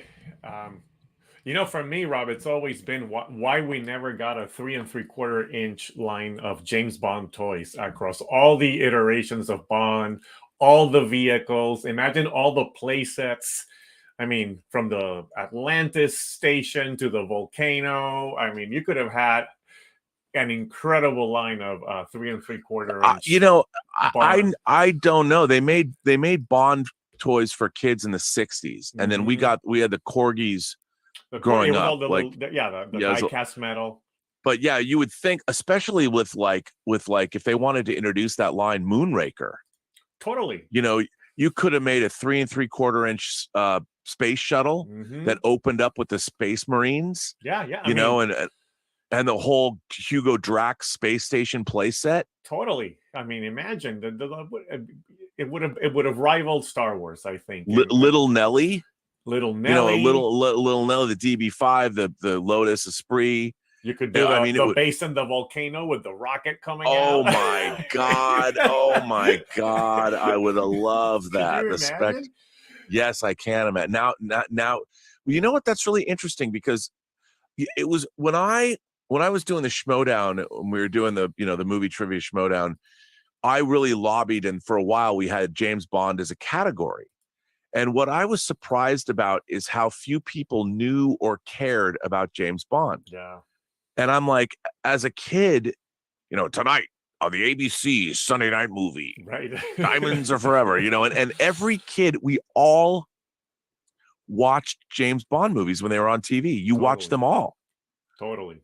And I mean, it would have been the Thunderball. You could have gotten the boat that comes apart. The Disco Volante. The Disco Volante. And all the underwater gadgets and all that stuff. Yeah. I mean, how cool would that be? You could get whole Sideshow did make, when they had the Bond license, they did make a really great Thunderball figure. They've never, that's a 3 3/4 inch line of Bond would have been perfect. The closest thing we've gotten was when Playmobil did the DB5, but they haven't done anything else with it. I mean, I would love to see a Lotus. I would love to see. And I have that, right? I love that DB5. Yeah, I know. But apparently it's not. I don't know if maybe it's a difficult. Dude, a 3 3/4 inch moon buggy from Diamonds Are Forever. Oh yeah, I mean, you could just keep going on and on and on. I mean, you could have again place. I mean, the The oil rig in Diamonds Are Forever. The with the bathysphere. Yeah. The Spectre bathysphere. Just crushing around and stuff, and you get your Bond in your in the little capsule that fell down into the water, and he's the little hamster ball thing. I mean, all of that stuff would have been amazing. And it's funny because you kids today, they don't know what James Bond is. No, that's the thing. And the Daniel Craig series, morose James Bond. I mean, I love Casino Royale, but the other 4 Craig Bond films are not fun. Yeah. It's so dour. I mean, you get to No Time to Die. It's like no time to have any fun. That's right. So let me check. Is Fernando back? Fernando, are you back? I'm asking you to unmute. He did say to that he was going to go away and to let people go in front of him. And All he'll come back. So we're going to have Michael Elliott coming next. So Michael, you should be able to unmute now. Hello. You're live. Can you hear me? Yes, sir. All righty. Hey, we Rob, lost how you doing? We lost you last night. I apologize. Oh, that's okay. Yeah, I don't know what happened, but it's all good. I'm here. Now that Ecto 1, what is that? A die-cast Ecto 1? It is. It's Jada Toys. Oh, it's nice. Yeah, I just recently picked it up about a week ago. I was in Target, and it was on clearance. I got it for $10. Wow, that's a score. Yeah, that's what I need. I am here to enable you. That's all I need. Question is, are you ready for me to spend your money? No. Maybe. What are you gonna what are you gonna do? What is it? Oh, you're gonna get it now, buddy. You're gonna get it now. Oh no. I gotta go large on your screen. Oh, damn it. Okay, let me tell you what happened. I ordered that figure. Now, let's see if I have it. I know the story. Okay, I want that figure so bad. So for those of you who don't know, it's a company called Win C makes this figure, and they made my David Bowie, and they made the Bowie was the full figure with the stage. And then they made the Freddie Mercury. Got Bowie right there. Yeah, you've got the stage. So they made the Bob Marley, and so I ordered the Bob Marley, and all they sent me was a head. Toys Wonderland just sent me the head. Yeah, and to go for my 6-scale group, I mean that is you got this. Yeah, that's what I got. Yeah, you can't. Yeah, that's the other. Yeah.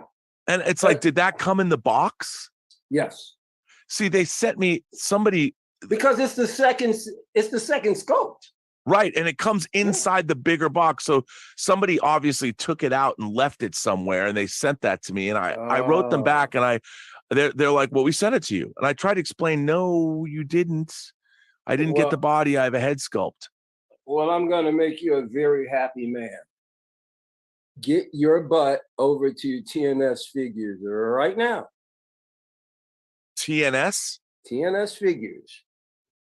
And they have them on sale for about $20 off of what they normally have them for. Go get them, man. Wow. I've never been here. So you recommend? Well, it took a couple of weeks to get to me, and I was agonized. I went, oh my God, because I thought I was going to do like a DHL something. I thought it was going to. Oh, they've got this. They've got the Zemo in stock, dude. Wow, dude, it's free shipping on. Like I got free shipping on it, but like I said, it took 2 weeks. But dude, get them, grab them now. Yeah, they got a lot of good stuff here, don't they?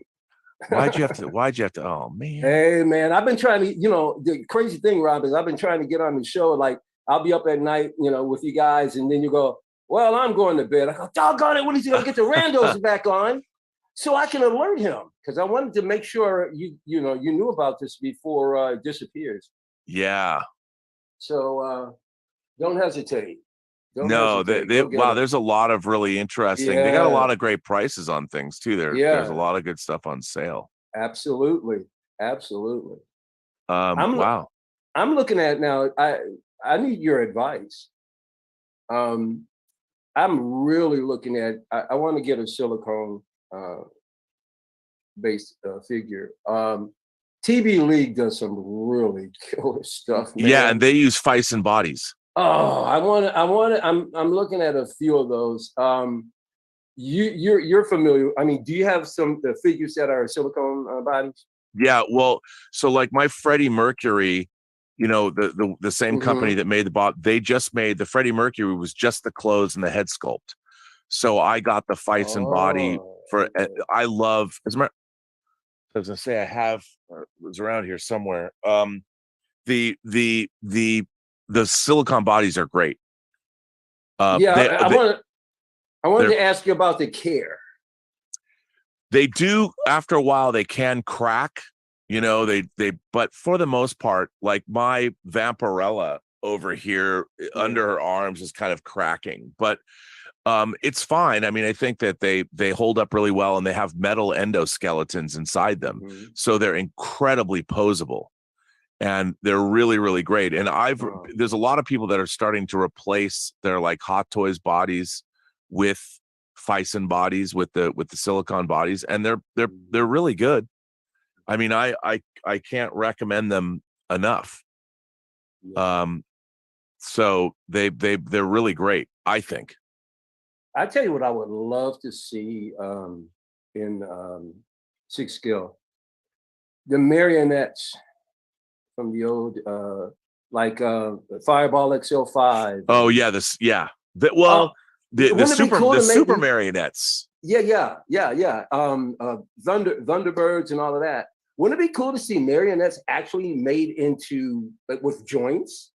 It would be kind of weird, but it'd be really cool. Yeah, there are companies that have manufactured facsimiles of those that are full size, because those things are huge.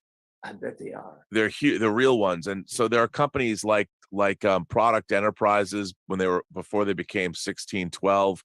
They made some, but yeah, I would love to get like super marionettes like that. Yeah, that'd be great. I need to get that, Bob Marley. That's well, it can be yours. All you have to do is click that button. Yeah, no, I'm looking on this site. There's a couple of things here. I was hoping I could. I mean, they've got the Bruce Wayne from Zack Snyder's Justice League when he goes to find Aquaman in the bar. I've been very close to grabbing that one. I want that. $20 off, man. $20 off. I can't remember, but Rob, I thought I had bookmarked another site that I found him on for 100. And I can't find it anymore. But either way, he's not that much. But I love that sculpt too. The sculpt is excellent. Yeah, no, it's fantastic. And then here's another thing that you might be interested in.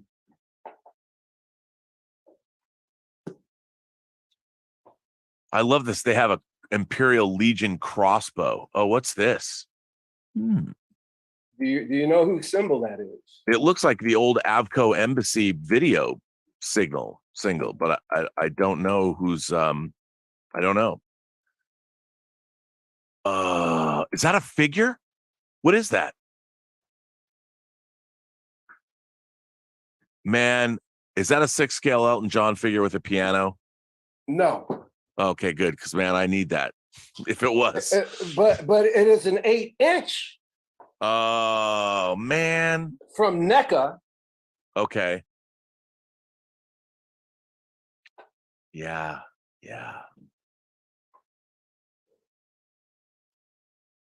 Dude, it's so freaking cool, bro. Look at that. See, now I want a 6 scale. How come they don't make I need a 6 scale piano. I would love to get that. And that, wow. Now let me see if I can angle this right. We know how much you love chairs, but you also give me that chair, man. Let me see it. Well, it's more like a yeah, cool. But that's so cool. But hold on a second here. I'm trying to.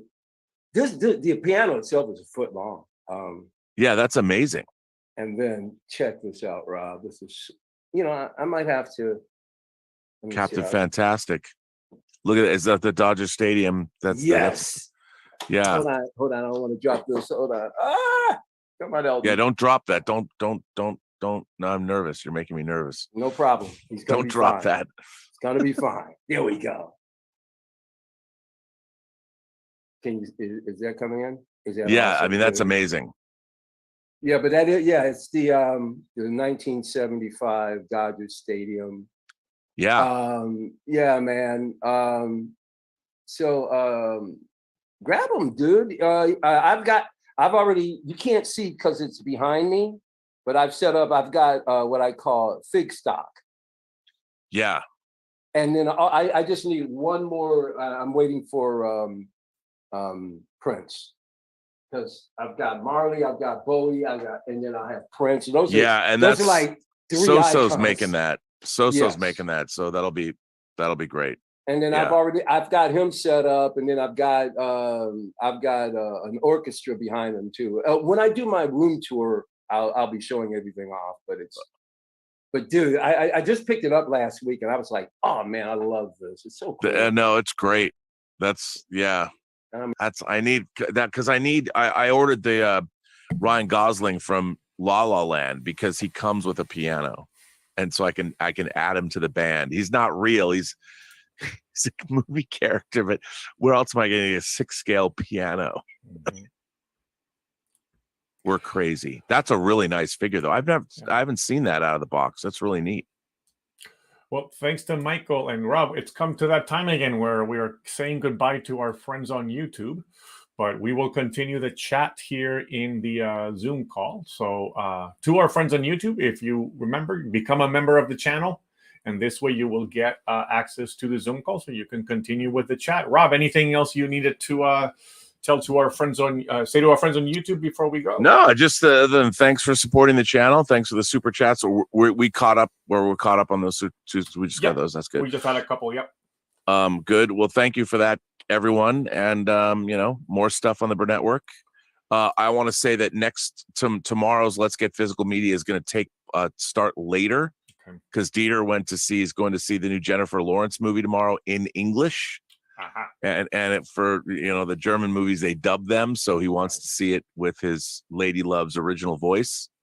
So Let's Get Physical Media starts at 2:00 tomorrow as opposed to 11:00. All right. Hopefully we'll 3 hours. We'll get a review from yes for the movie. So all right, everybody, we're gonna go ahead and call it a day right now. But those of you in the Zoom call, the chat will continue. So we will see you next time. Yes, we will indeed.